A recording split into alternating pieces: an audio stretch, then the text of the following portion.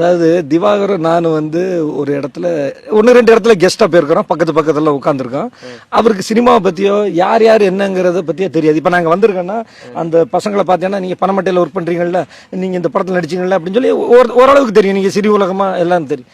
அவருக்கு வந்து யாரையுமே தெரியாது, சினிமா சம்பந்தப்பட்ட யாரையுமே தெரியாது. ஸ்ரீகாந்த் தேவா வர்றாரு. ஸ்ரீகாந்த் தேவா மியூசிக் டைரக்டர் வரும்போது கேட்டாரு, யாருன்னா இவர் குண்டா இருக்காரு யாரு அப்படின்னாரு. நான் சொன்னேன், இவர் ஸ்ரீகாந்த் தேவா, நிறைய படங்கள் மியூசிக் பண்ணியிருக்கிறாரு. தேவா சார் மியூசிக் டைரக்டர் தேவா சாரோட பையன் அப்படின்னு. தேவா சார்னா யாருங்க அப்படின்னாரு. அப்புறம் தான் நான் அப்படி பார்த்து ஒரு மைண்ட் வாய்ஸ், டேய் அண்ணாமலை, பாட்ஷா, எவ்வளவு படம், ரஜினி சார் படம், கமல் சார் படம், அப்பை சார், இவ்வளவு படத்தை பண்ணி நீ, அதாவது நீ என்ன வேணாலும், நீ டாக்டரா இருக்கலாம், வக்கீலா இருக்கலாம், இன்ஜினியரா இருக்கலாம், ஆனா சினிமாங்கிற விஷயம் வந்து எல்லாருக்கும் அது தெரியாது. நீ வந்து ஒரு விஷயம், ஒரு சினிமா புக்கை படிக்கணும், சினிமாவை பத்தின விஷயங்கள் தெரியணும். குறைஞ்சபட்சம் உங்க யூடியூப் சேனல்ல ஒரு 4 ஷார்ட்ஸ் பார்க்கணும், தெரியல. அப்ப நான் அவரை பார்த்தேன்.